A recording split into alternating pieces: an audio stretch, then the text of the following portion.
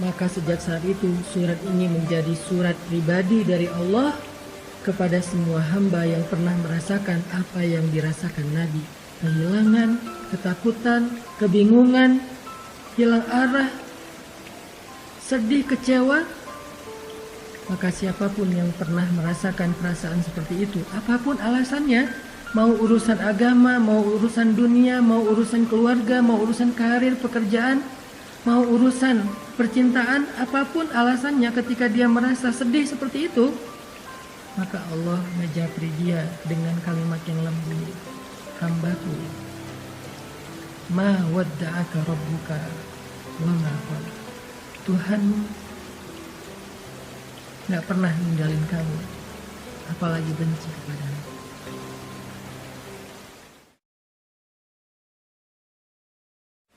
Teman-teman yang dirahmati Allah Subhanahu wa taala, surat Ad-Duha ini adalah bisa dibilang kayak japrian dari Allah buat kita. Kenapa saya bilang japrian? Karena kalimat di dalam surat Ad-Duha itu personal banget. Allah kayak lagi ngomong dengan satu orang hambanya.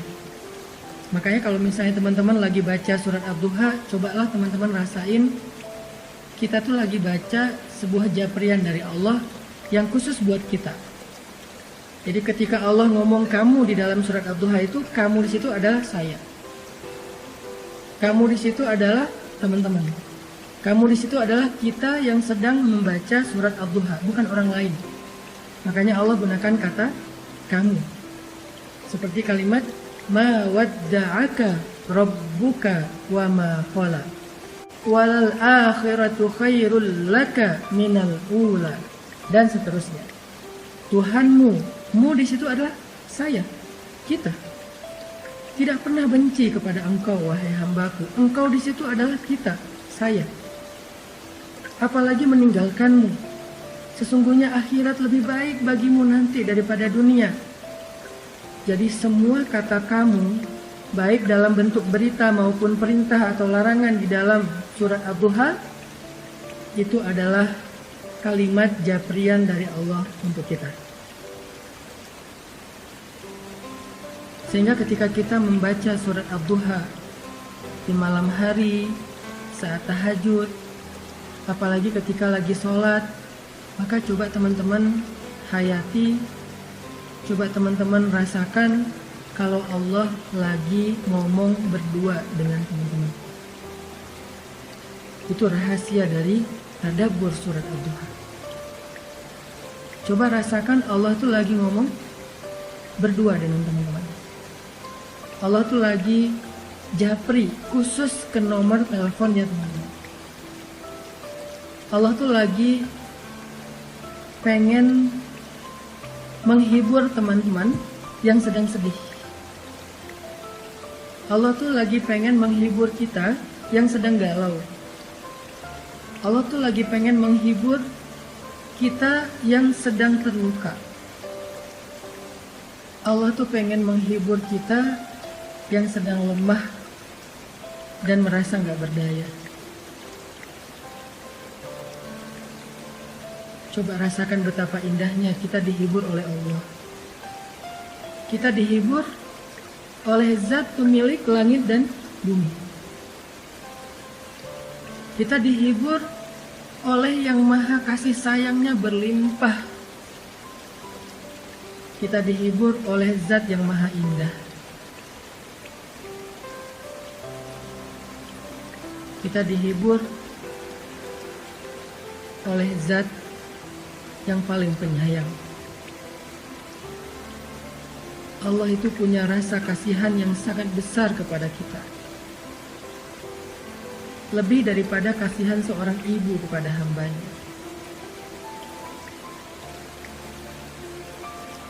Lebih daripada kasihannya seorang ayah kepadanya.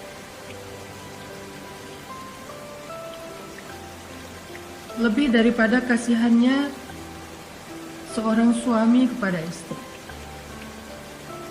atau seorang istri kepada suami, atau anak kepada orang tua. Coba rasakan ketika membaca surat Ad-Duha, Allah lagi bicara dengan kita sendiri, bukan dengan orang lain. Ini bukan ayat broadcast, ini ayat japrian. Makanya Allah tidak mengatakan kalimat ya ayyuhalladzina amanu. Kalau ya ayyuhalladzina amanu itu ayat broadcast. Tapi ma wadda'aka rabbuka wa ma qala itu ayat japrian. Jadi coba kita rasain kalau Allah itu lagi ngejapri kita, teman-teman. Allah itu lagi seolah-olah pengen meluk kita yang erat supaya Allah bisa menyentuh kita dengan sentuhan kasih sayang, karena Allah paham banget kalau saat ini kita sedang lemah.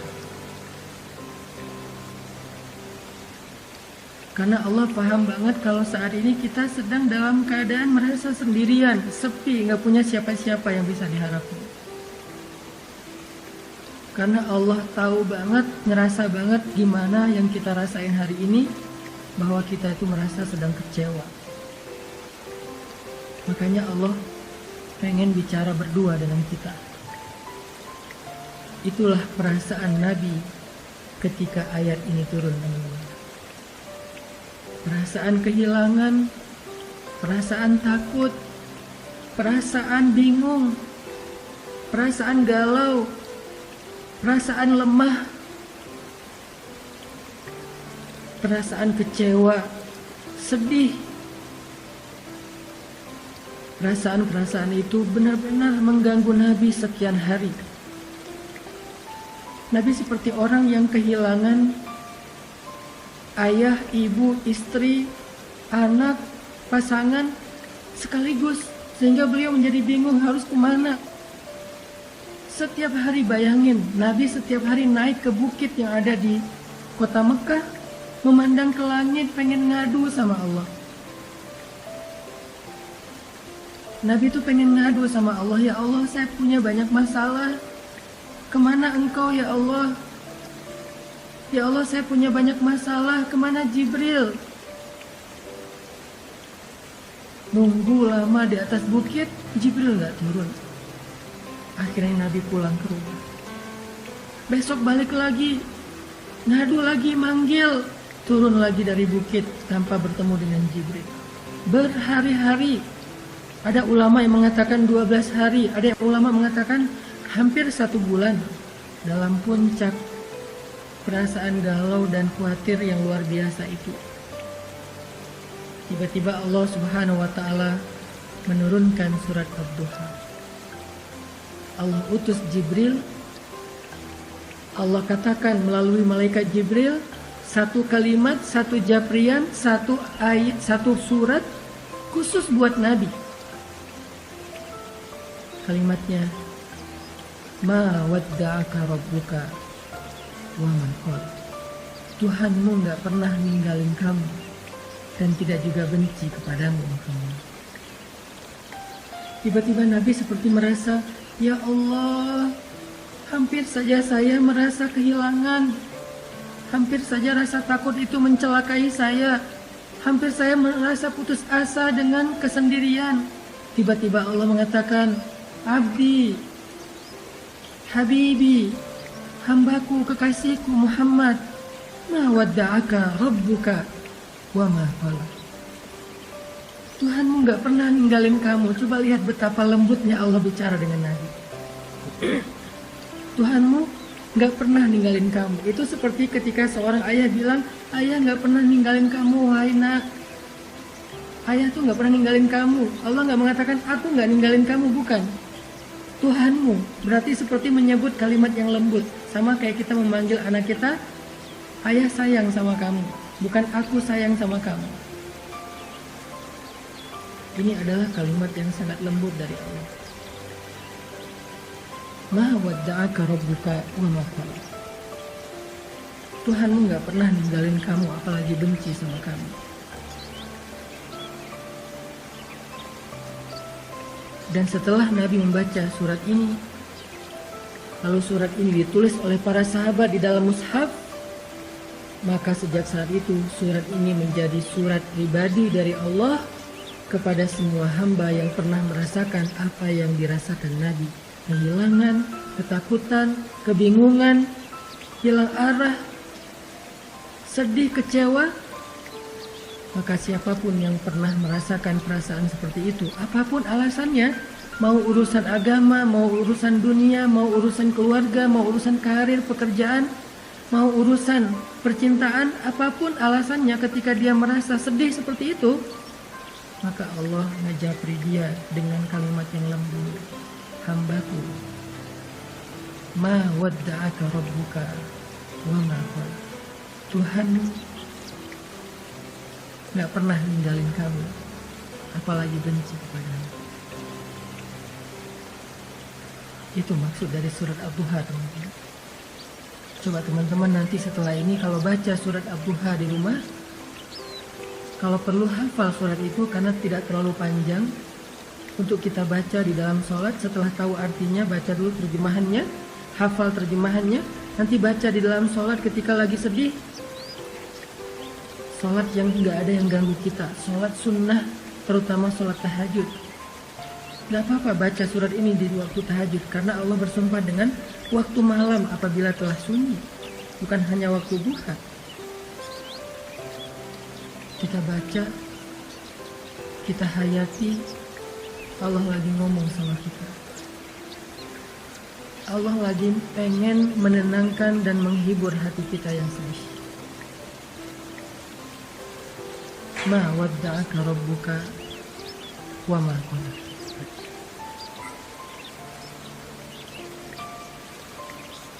Kemudian Allah katakan juga, walal akhiratu khairul laka minal ula. Akhirat itu lebih baik bagimu daripada dunia. Apa maksud dari kalimat ini, teman-teman? Allah pengen ngasih tahu, wahai hambaku, dunia itu emang kayak gitu. Kehidupan di dunia itu semua orang ngerasain, semuanya pernah sakit, semuanya pernah sedih, semuanya pernah kecewa, semuanya pernah kehilangan. Kenapa? Karena itu dunia. Jangan sedih, hambaku. Nanti di akhirat kamu gak akan pernah lagi ngerasain perasaan yang seperti itu. Nanti di surga kamu gak akan lagi ngerasain sedih. Kamu gak akan lagi ngerasain kecewa. Kamu gak akan lagi ngerasain ditinggalin. Kamu gak akan lagi ngerasain lelah. Gak ada lagi lelah nanti di surga. Jadi bersabarlah karena kamu masih di dunia, dan dunia ini sementara. Dan itulah fitrah, tabiat kehidupan di dunia, semua orang merasakannya. Tapi nanti, jika kamu bersabar, jika kamu istiqomah beramal solih, maka nanti di akhirat kamu akan kesenangan. Fatardo, kamu akan puas. Kamu akan bersenang, bersuka cita. Kamu akan ceria, happy. Kamu gak akan lagi merasa lelah. Tapi nanti di akhirat, sabar. Allah menghibur kita. Seperti seorang suami bilang ke istrinya, "Mah, sabar ya. Nanti kalau mama udah ngelewatin ujian ini, kita jalan-jalan yuk. Nanti kita jalan-jalan yuk ke Indonesia Timur. Apakah ke Papua yang indah, atau ke Lombok yang indah, atau ke Ambon, ke Sulawesi, kita jalan-jalan yuk ke pantai-pantai yang indah di Indonesia. Atau kalau dia punya rezeki lebih, yuk kita jalan-jalan yuk ke Turki. Atau kalau misalnya dia istrinya senangnya dengan kosmetik, skincare, yuk kita jalan-jalan yuk ke Korea. Nanti mama di sana nggak akan sedih lagi. Papa yang sedih ya, habis biayanya." Seolah-olah seperti itulah Allah bicara kepada hamba-Nya. Seperti seorang suami yang sedang menghibur istrinya dengan sebuah janji bahwa kalau istrinya sabar, bahwa kalau istrinya tabah, nanti akan diajak jalan-jalan, nanti akan diajak bersenang-senang sebagai hadiah dari suami kepada istri. Atau seperti seorang ayah kepada anaknya, ketika anaknya lagi ujian, lagi capek belajar sampai malam, kemudian mendapatkan hasil yang hari pertama ujian itu mungkin dia ngerasa kayak berat banget, banyak pertanyaan yang susah dijawab, banyak soal yang dia nggak bisa ngasih jawaban. Ayahnya menghibur, ibunya menghibur, nak sabar ya, belajar terus ya, yang semangat ya, nanti kalau udah beres ujian kita jalan-jalan. Kamu mau ke permainan mana, kamu mau jalan kemana, nanti ayah akan siapin semuanya. Pokoknya kamu nggak akan kecewa, pokoknya kamu akan suka, pokoknya kamu akan bahagia, kamu akan happy, akan seru-seruan. Kita camping bareng, kita apa dan segala macam. Allah lagi menghibur kita dengan kalimat walal akhiratu khairul laka minal ula. Hambaku, dunia emang kayak gini, sabar ya. Nanti di akhirat kamu akan puas. Kamu gak akan ngerasain lagi yang kayak gini-gini. Kamu gak akan ngerasain lagi yang namanya kecewa, sedih, kehilangan, lelah. Sehingga ketika kita membaca kalimat walal akhiratu khairul laka minal ula, cobalah membacanya seolah-olah Allah lagi berbisik di telinga kita, ngasih tahu surga itu indah. Surga itu memuaskan. Surga itu apa aja ada. Nanti di sana kamu gak akan sedih lagi. Nanti di sana kamu gak akan lelah lagi. Semuanya dilayani. Kamu hanya bilang apa, mau apa. Ya Allah, saya mau makan ini. Seketika itu juga Allah akan berikan kepada kita dengan pelayan-pelayan yang sangat baik. Rasakan seolah-olah Allah lagi berbisik di telinga kita bahwa kalau kita bisa melalui ujian ini dengan sabar,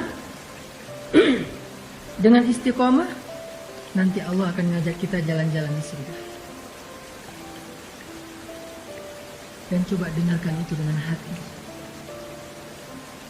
Karena hanya hati yang mendengarkan dengan iman, dengan yakin, akan terhibur dengan kalimat akhirat lebih baik daripada dunia dan engkau akan ridho.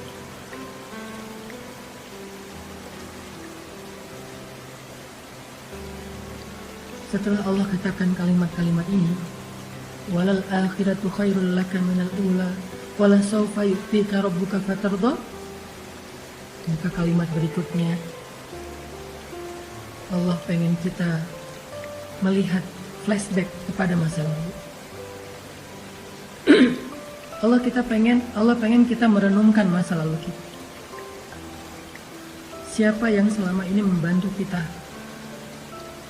Siapa yang selama ini menolong kita ketika kita punya masalah? Siapa yang menghidupkan kita, menciptakan kita, memelihara kita, memberi kita rezeki selama ini? Bukankah Dia Allah yang ngasih kita kehidupan? Bukankah Dia Allah yang ngasih kita keluarga? Bukankah Dia Allah yang ngasih kita makanan? Yang ngasih kita rezeki? Yang ngasih kita pemeliharaan? Alam yajidka yatiman fa'am wa wajadaka dhallan fahada wa wajadaka ailan fa'aghna.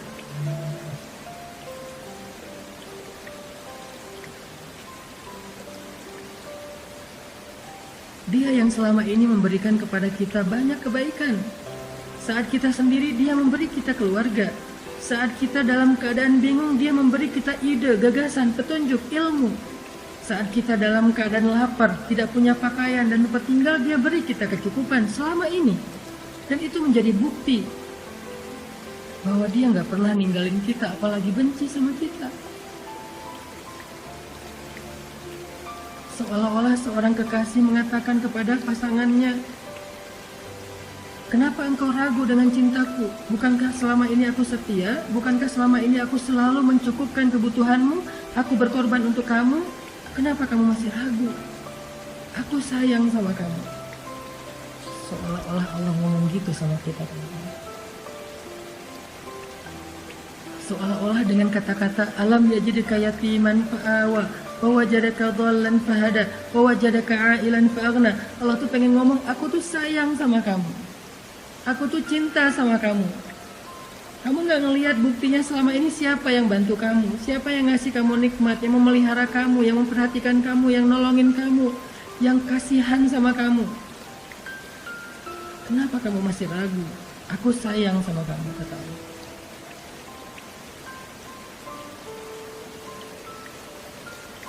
Sehingga dengan ayat itu Allah pengen kita yakin, kita percaya kalau Allah itu nggak benci sama kita.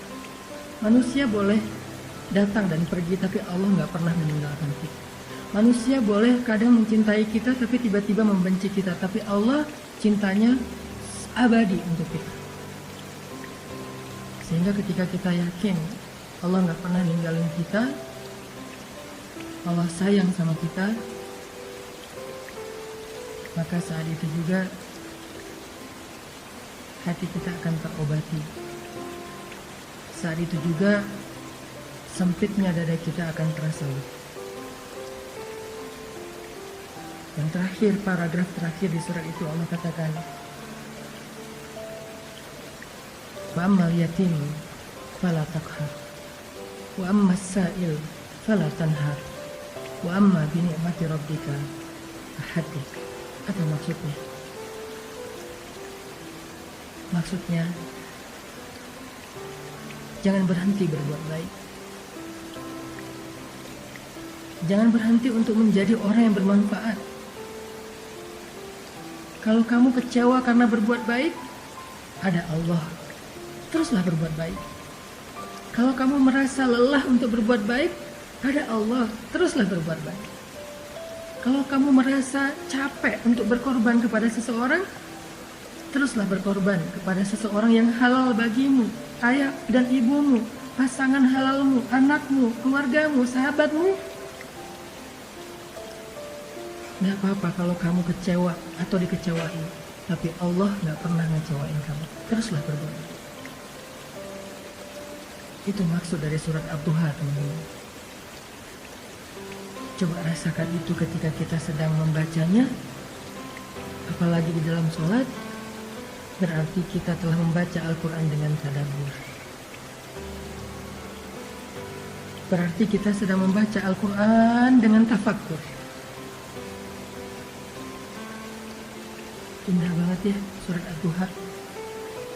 Makanya surat ini menjadi surat favorit saya banget. Saya kalau lagi galau, sedih, saya baca surat Ad-Duha. Saya menempatkan diri sebagai hamba yang lagi lemah dan butuh Allah, tapi pengen berdua aja, gak mau diganggu sama yang lain. Pengen berdua aja sama Allah, pengen ngadu sama Allah. Ya Allah, saya punya banyak masalah. Ya Allah, saya lemah. Ya Allah, saya capek. Terus saya harus gimana ya Allah? Setelah saya menyampaikan pertanyaan-pertanyaan itu, saya baca surat Ad-Duha. Sampaikan dulu aja keluh kesah kita. Curhat aja dulu yang sehabis-habisnya sama Allah. Ngomong aja sama Allah tanpa harus ada jaim-jaiman. Ya Allah, saya capek. Ya Allah, saya sedih. Ya Allah, saya terluka. Ya Allah, saya sendiri. Ya Allah, ya Allah, ya Allah. Ngomong sama Allah. Setelah semua pertanyaan itu udah kita keluarkan, unek-uneknya udah kita keluarin kepada Zat yang Maha Pengasih, lalu baca surat Ad-Duha, maka kita akan menemukan jawabannya. Baca surat Ad-Duha, maka kita seperti merasa dijawab langsung oleh Allah Subhanahu. Kayak gitu cara membaca surat Ad-Duha.